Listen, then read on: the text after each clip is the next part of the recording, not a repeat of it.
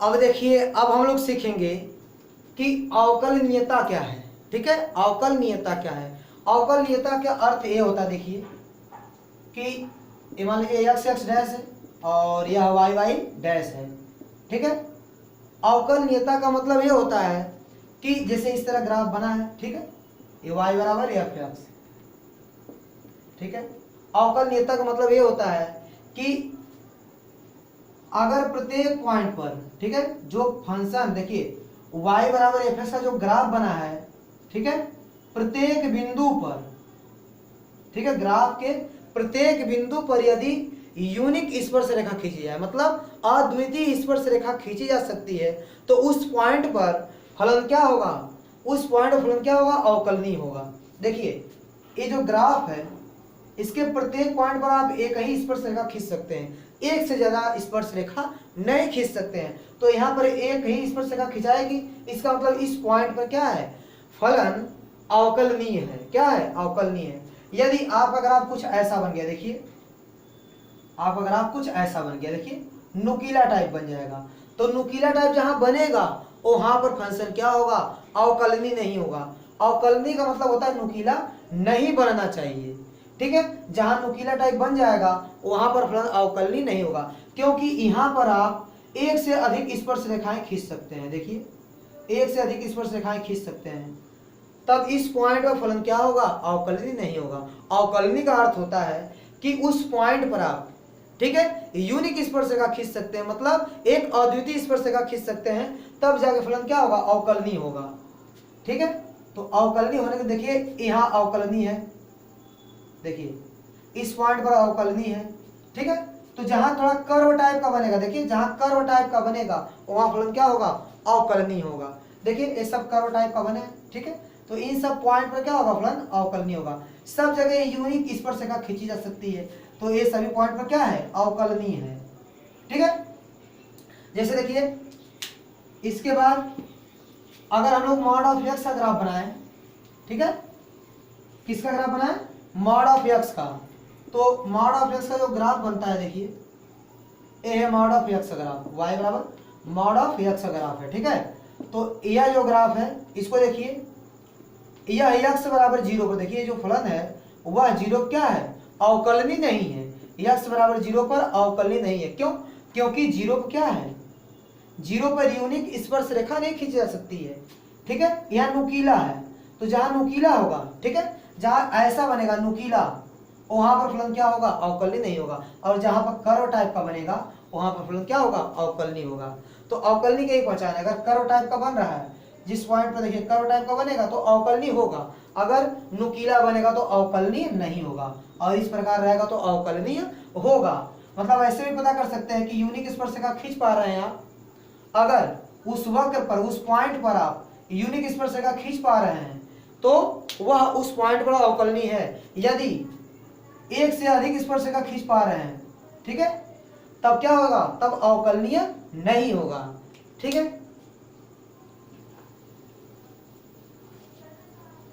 अब देखिए अवकलनीय सिद्ध करने के लिए, ठीक है, अवकलनीय सिद्ध करने के लिए हमको लेफ्ट हैंड डिफरेंशियल और राइट हैंड डिफरेंशियल बराबर करना पड़ेगा। तो इसको पता कर लेते हैं कि लेफ्ट हैंड डिफरेंशियल क्या होता है और राइट हैंड डिफरेंशियल क्या होता है। देखिए देखिए एक ग्राफ बनाइए इसके लिए, एक्स एक्स डैश और एक क्या है, वाई वाई डैश। ठीक है, अब देखिए एक मैं ग्राफ बनाता हूं, ए है वाई बराबर ए एफ एक्स, फंक्शन है कोई। ठीक है, अब देखिए इस पॉइंट पर यूनिक स्पर्श रेखा खींची जा सकती है, एक कर्व टाइप का है, ठीक है, मतलब वक्र टाइप का बना है। ठीक है, अब देखिए यहाँ नुकीला नहीं, इसका मतलब यहाँ क्या है, यहाँ पर फलन क्या है, अवकलनीय है। तो अब देखिए एक्स बराबर, इसको समझ लीजिए ए पर फलन क्या है, अवकलनीय है। अच्छा देखिए इसके पहले कोई पॉइंट लीजिए, इसके पहले अगर कोई पॉइंट लेंगे, मतलब इसके जस्ट बगल में ही लेना है। ठीक है, तो यहाँ मान लीजिए कि ए से कुछ कम लेंगे तो उसका नाम होगा ए माइनस एच। ठीक है, तो इस पॉइंट पे देखिए ये पॉइंट है, अब इस पर देखिए इस पॉइंट का नाम क्या होगा, देखिए यह जो पॉइंट है, ठीक है, यहाँ एक्स का मान कितना होगा, एक्स का मान हो गया आपका ए, और देखिए भुज जितना होगा ए, और कोटि क्या होगी, जब ए यहाँ रखेंगे तो आएगा ए ऑफ ए वाई का मान आ जाएगा ए ऑफ ए। ठीक है, इस पॉइंट का नाम मिल गया। अब देखिए यहाँ पे कितना होगा, यहाँ एक्स का मान कितना है, A minus H comma F A minus H. ठीक है, तो एक्स का मान यहाँ पर रखेंगे तो वाई का मान आपको मिल जाएगा ए माइनस एच मिला। ठीक है, तो इसी प्रकार जब यहाँ एक्स का मान इसमें रखेंगे तो एफ क्या मिलेगा, ए माइनस एच। ठीक है, तो देखिए ए मिल गया आपको, भुज कितना हो गया, ए माइनस एच, ए हो गया भुज और कोटि हो गया एफ ए माइनस एच। अब देखिए इसके जस्ट बाद कोई बिंदु लीजिए, देखिए इसके आगे, ठीक है, इसके आगे कोई बिंदु लेंगे तो हो जाएगा एक्स बराबर ए प्लस एच। ठीक है, तो यहाँ देखिए इसका भुज हो जाएगा ए प्लस एच और कोटि कितनी हो जाएगी, ए प्लस एच या ए प्लस एच। ठीक है, अब इसको आप मिला दीजिए यहाँ से। ठीक है, और इस लाइन को मिला दीजिए। ठीक है, यहाँ मिला देंगे। अब देखिए मान लीजिए इसको L1 कर दीजिए, एक लाइन है, इसका नाम दे दीजिए L2। ठीक है, ये लाइन क्या है L1 और इसको नाम दे दीजिए आप L2। क्या नाम दे देंगे, L2। अब देखिए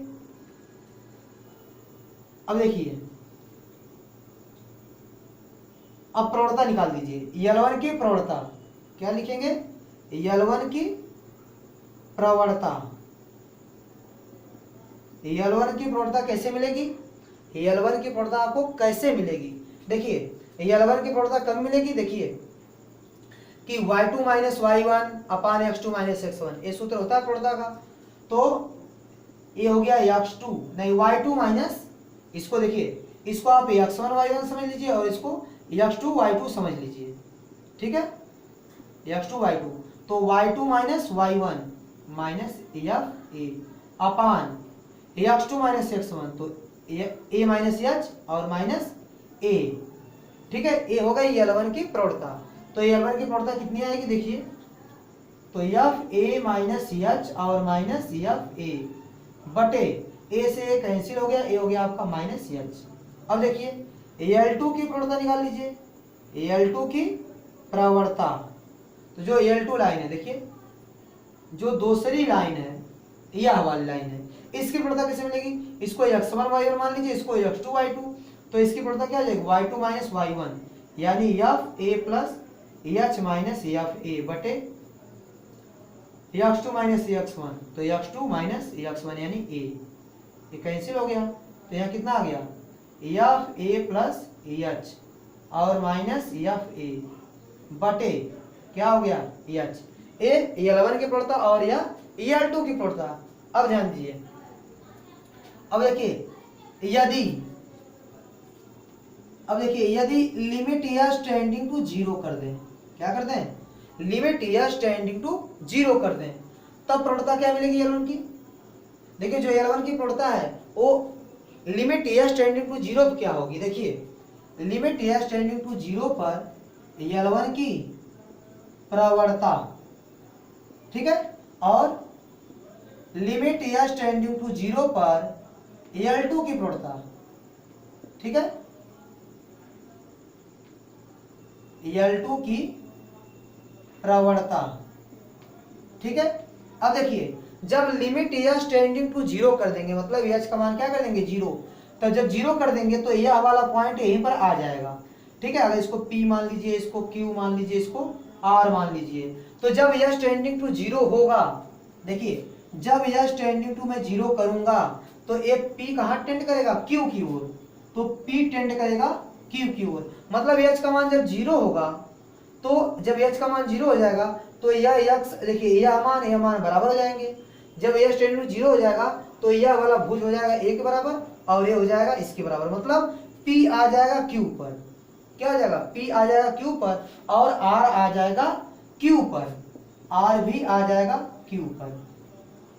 इस स्थिति में देखिए जब P आ जाएगा Q पर तो यह रेखा क्या बन जाएगी, इस बिंदु x बराबर a पर क्या बन जाएगी, स्पर्शी बन जाएगी। और यह रेखा भी जब इस पर, देखिए जब R Q पर आएगा तो यह रेखा भी क्या हो जाएगी, स्पर्शी में कन्वर्ट हो जाएगी, यानी L1 और L2 एक दूसरे के संपाती हो जाएंगे। ठीक है, मतलब जब h जीरो होगा तो यह यह लाइन और यह लाइन क्या हो जाएगी, एक दूसरे के समपाती हो जाएगी, मतलब एक दूसरे के ऊपर आ जाएगी। ठीक है, देखिए जैसे इस तरह यह छेदक रेखा है, ये देखिए ये है Q और ये है R। R को और करीब लेकर आएंगे, देखिए और करीब लेकर आइए, जब करीब लेके आएंगे तो यह क्या हो जाएगा, जब R यहाँ आ जाएगा तो यह स्पर्शी में बदल जाएगी। ठीक है, तो यह रेखा स्पर्शी में बदल जाएगी और यह रेखा भी स्पर्शी में बदल जाएगी, और दोनों स्पर्श रेखाएं क्या हो जाएंगी, आपस में समपाती हो जाएंगी, मतलब दोनों स्पर्श रेखा बन जाएगी, यानी दोनों रेखाएं PQ और RQ क्या हो जाएंगी, समपाती हो जाएंगी। और जब समपाती हो जाएंगी उस स्थिति में जब x टेंडिंग टू 0 हो जाएगा तो L1 और L2 दोनों एक ही रेखा हो जाएंगी।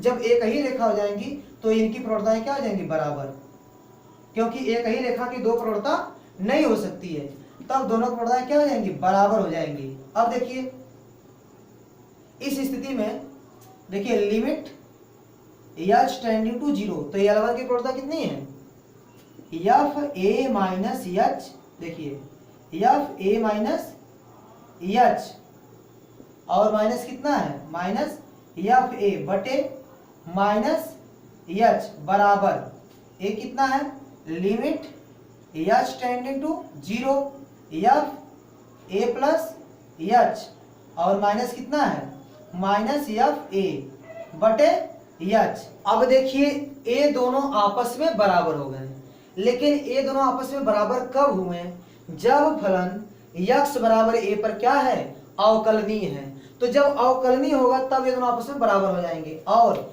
इसी को नाम दिया जाता है लेफ्ट हैंड डिफरेंशियल। क्या नाम दिया जाता है, लेफ्ट हैंड डिफरेंशियल।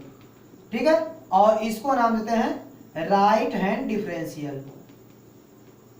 तो देखिए यदि लेफ्ट हैंड डिफरेंशियल और राइट हैंड डिफरेंशियल बराबर हैं तो फलन x बराबर a पर क्या है, अवकलनीय है। और यदि लेफ्ट हैंड डिफरेंशियल और राइट हैंड डिफरेंशियल बराबर नहीं आएंगे तो फलन अवकलनीय नहीं होगा। ठीक है, तो अवकलनीय होने का यही कंडीशन है। ठीक है, तो जब अवकलनीय होगा तो लेफ्ट हैंड डिफरेंशियल बराबर राइट हैंड डिफरेंशियल बराबर आएगा, ये दोनों बराबर आपस में आएंगे। और यदि बराबर नहीं आता है तो फलन x बराबर a पर अवकलनीय नहीं होगा। तो लेफ्ट हैंड डिफरेंशियल का मान कितना है, देखिए लेफ्ट हैंड डिफरेंशियल का मान है limit h tending to 0 FA minus H और माइनस FA। ठीक है, a क्या है, a वह पॉइंट है जिस पर हम लोग क्या कर रहे हैं, डिफरेंशियल मतलब डिफरेंशियबिलिटी चेक कर रहे हैं। ठीक है, अवकलनीयता को चेक करेंगे, वह पॉइंट क्या होगा, a। अब देखिए लेफ्ट हैंड डिफरेंशियल ये हो जाएगा। ठीक है, ये हो गया आपका लेफ्ट हैंड डिफरेंशियल। और देखिए राइट हैंड डिफरेंशियल क्या है, राइट हैंड डिफरेंशियल बराबर limit h tending to 0 FA plus H minus FA बटे प्लस H। ठीक है, इसमें माइनस H है, क्या है, प्लस H है। ये राइट हैंड डिफरेंशियल है, तो आप लेफ्ट हैंड डिफरेंशियल और राइट हैंड डिफरेंशियल ज्ञात कर लेंगे। यदि दोनों बराबर आ जाएगा तो x बराबर a पर फलन क्या हो जाएगा, अवकलनीय। यदि दोनों बराबर नहीं आया तो x बराबर a पर फलन अवकलनीय नहीं होगा।